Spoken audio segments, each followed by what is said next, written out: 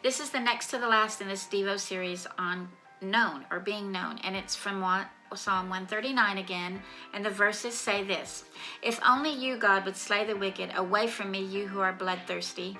They speak of you with evil intent, your adversaries misuse your name. Do I not hate those who hate you, Lord, and abhor those who are in rebellion against you? I have nothing but hatred for them. I count them my enemies.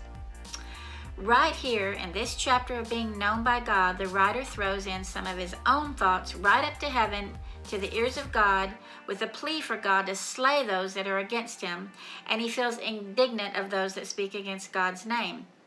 He even speaks his own thoughts of hatred and abhorrence for those that rebel against God, and he has nothing but hatred for them. I find this interesting that these verses are included among the beautiful realization of being known by God. It's like the writer just couldn't receive the intimacy God was pouring out on him, so he just stops a second and blurts out what's in his mind.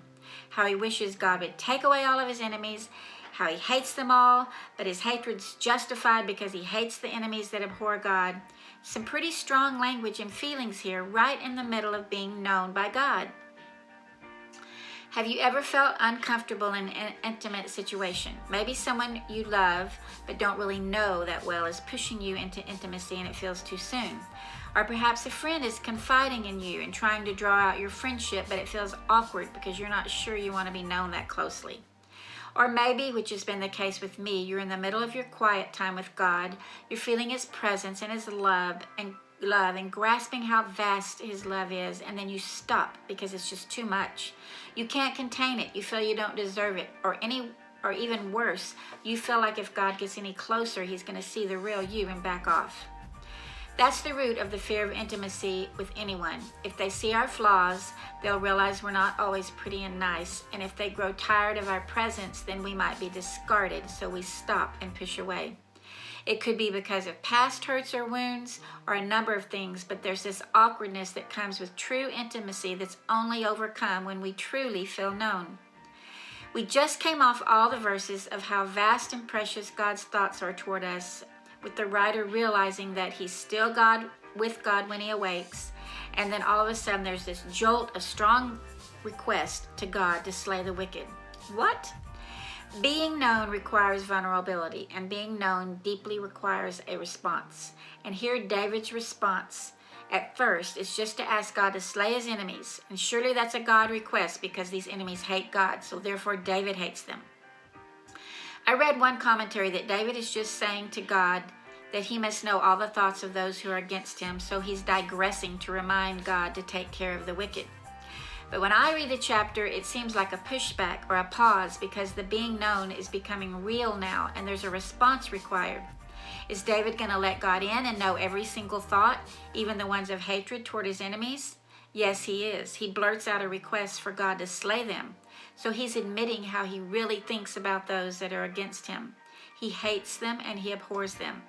And God knew those thoughts, but now David has voiced them. A true and honest response to the realization of the knowing of God is to confess our thoughts, speak them out loud, and let God hear us, to reveal any hatred or other thoughts we might have towards one another.